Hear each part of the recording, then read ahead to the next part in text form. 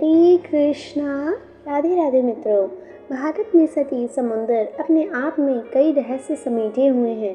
समंदर के नीचे आज भी ऐसी कई साइट्स दबी हुई हैं जिनके बारे में किसी को नहीं पता। कुछ वर्षों पहले एक ऐसी ही जगह की खोज की गई थी जिसके बारे में जानकर हैरान सब थे। हम आज बात कर रहे हैं गुजरात के ऐतिहासिक द्वारिका नगरी की, जो आज भी गहरे समंदर में मौजूद है। जानिए क्या है यहाँ से जुड़ी कहानी। द्वारिका धाम हिंदू धर्म के चारों धामों में एक है।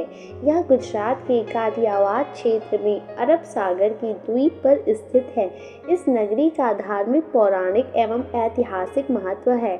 ऐसी मान्यता है कि मथुरा छोड़ने के बाद अपने परिजनों एवं यदुवंश की रक्षा हेतु भगवान श्री कृष्ण ने भाई बलराम तथा यदुवंशियों के साथ मिलकर द्वारिकापुरी का निर्माण विश्वकर्मा से कराया था। यदुवंशी की समाप्त और भगवान श्री कृष्ण की जीवन लीला पूर्ण होते ही द्वारिका समुद्र में डूब गई थी। दोस्तों, आपके दिमाग में एक बार ये प्रश्न अवश्य आया होगा कि द्वारिका समुद्र में भला डूबी क्यों? तो जानिए इसके पीछे के कारण।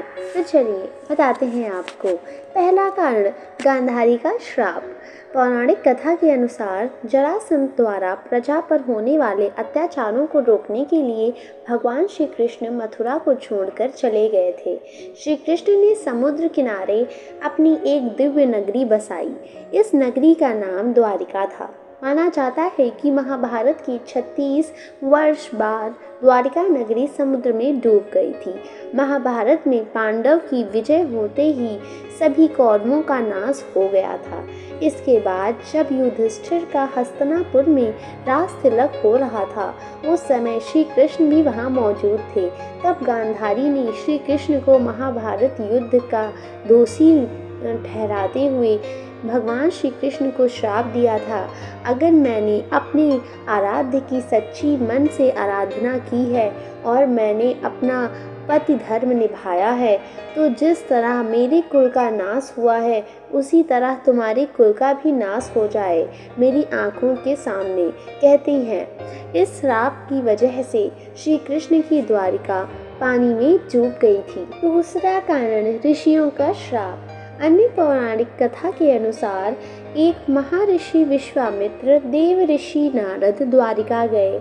तब यादव वंश के कुछ लड़के ऋषियों के साथ उपहास करने के प्रयोजन से श्री कृष्ण के पुत्र शाम को स्त्री वेश में ले गए और ऋषियों से कहा कि यह स्त्री गर्भवती है। आप इस स्त्री के गर्भ में पल रहे शिशु के बारे में बताइए कि क्या जन्म लेगा। ऋषियों ने अपने अपमान होते देख श्राप दिया कि इसके गर्भ से मुसल उत्पन्न होगा, जिससे समस्त यदुवंश कुल का नाश हो जाएगा। उसके पश्चात सभी यदुवंशी आपस में लड़ लड़कर मरने लगे थे। सभी यदुवंशियों को मृत्यु के बाद बलराम ने भी अपना शरीर त्याग दिया था। श्री कृष्ण पर किसी शिकारी ने हिरण समझकर वार कर दिया था, जिससे भगवान श्री कृष्ण देवलोक चले गए थे।